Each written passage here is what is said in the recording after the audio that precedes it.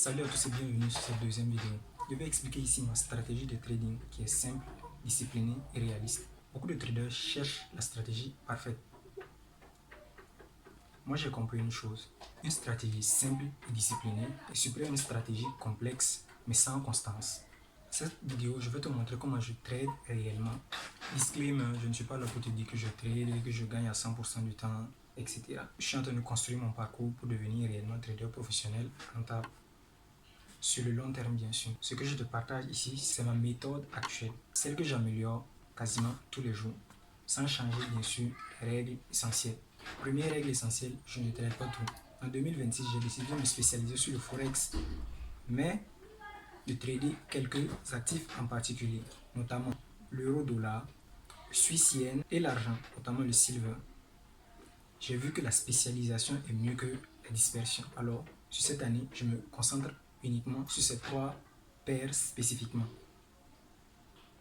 Pourquoi ces trois paires? Parce que je me suis rendu compte que c'est sur ces trois paires, je respectais le plus ma règle, mes stratégies.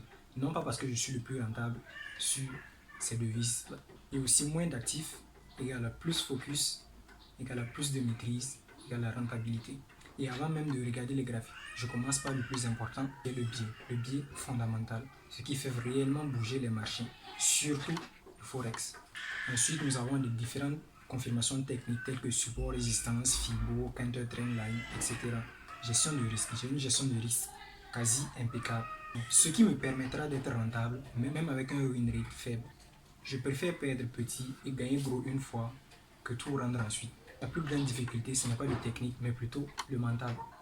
Les règles que j'ai décidé d'éradiquer ou plutôt de maîtriser la gestion, c'est l'overtrading, les trades par ennui, mieux gérer les émotions lors des séries de pertes, un journal de trading obligatoire que je fais déjà. Le but, ce n'est pas d'être souvent en position, mais d'être bien positionné. Alors, l'objectif de ce premier trimestre, c'est respecter la stratégie, être un monstre de discipline tout au long de ces 3 premiers mois, en respectant toutes les règles, même à perte. Le but, ce n'est pas d'être rentable ce trimestre, mais de respecter toutes les règles à la lettre. Être monstrueusement discipliné. Ma stratégie n'est pas figée, mais pour ce trimestre-ci, elle sera figée pour respecter à la lettre ma stratégie, montrer la constance et la régularité, peu importe ce qu'il y a, contre vents et marées. Passons à présent à mon écran que je vous montre en plan de trading, écrit lettre par lettre sur mon fichier Excel. À présent, on est sur mon fichier Excel. Là, on a le weekly plan qui est un récap de ce que je fais chaque fin de semaine. Et ça n'a pas d'importance pour l'instant. Également, mon plan pour le rapport hebdo qui n'a pas son importance pour l'instant. Un fichier fondamental pour définir le biais. L'importance des différentes annonces économiques, on verra sûrement dans une prochaine vidéo. Également le daily, le rapport daily que je dois faire, les trucs impératifs à faire.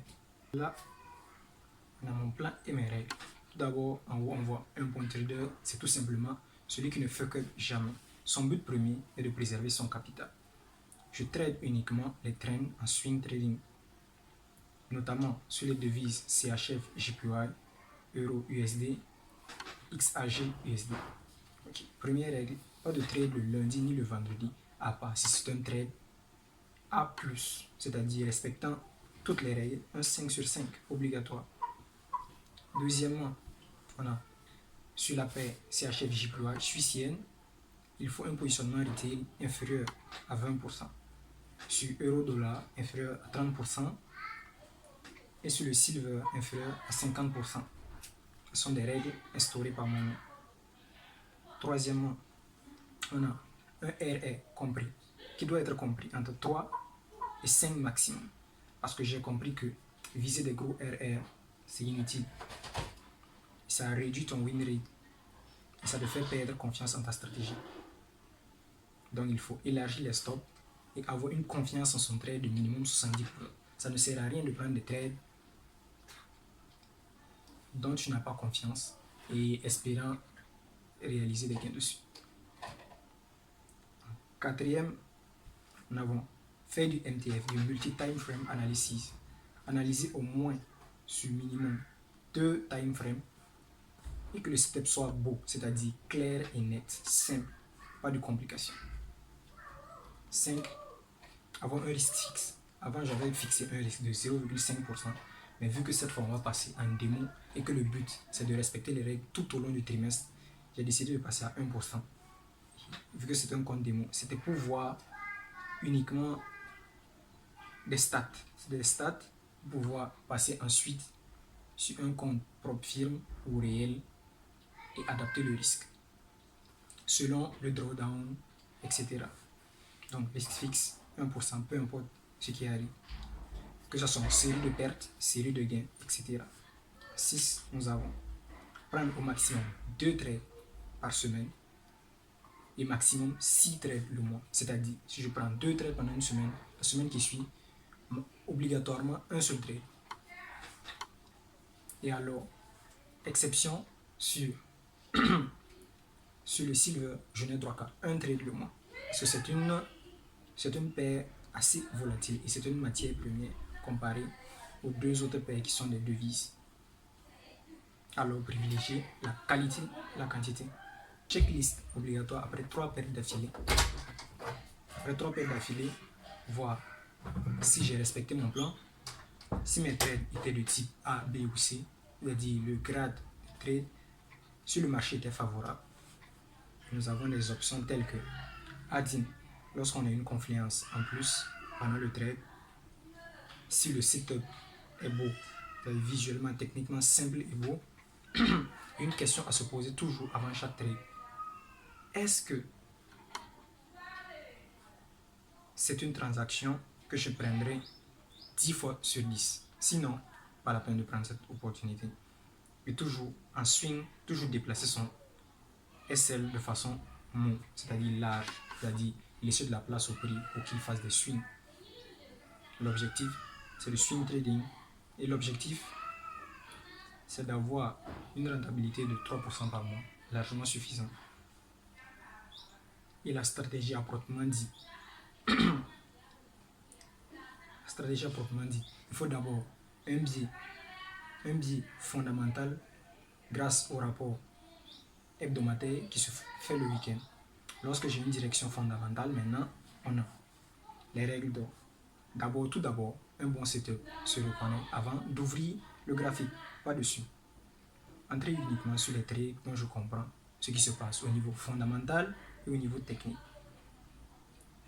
Et après cela, uniquement après cela, appliquer mon price action et l'analyse technique en faisant le multi-time frame analysis, c'est-à-dire en partant ensuite le 4 heures, le 2 heures et le 1 heure. Et pas en dessous, parce que là, ça devient plus du day trading que du swing. Ok. En repérant qu'il y a la main entre les acheteurs et le vendeur, c'est-à-dire théorie de dos, higher high, higher low. Il me faut minimum 4 confluences. Si la structure est illisible, alors pas de trade. Remarquons, là, on a 8 confluences possibles. Sur les 8 confluences, j'ai cette première confluence qui est en rouge. Au rebond, trendline obligatoire, c'est-à-dire trendline à la hausse ou à la baisse. Il me faut obligatoirement une tendance, c'est-à-dire un rebond de trendline. Obligatoirement une tendance, car je suis meilleur dans les tendances. Et je me suis, et j'ai une règle, maximiser sur ce qui fonctionne et oublier tout le reste. Ok. 4 autres confluences qui possèdent des étoiles. Il me faut minimum une confluence parmi celles-ci.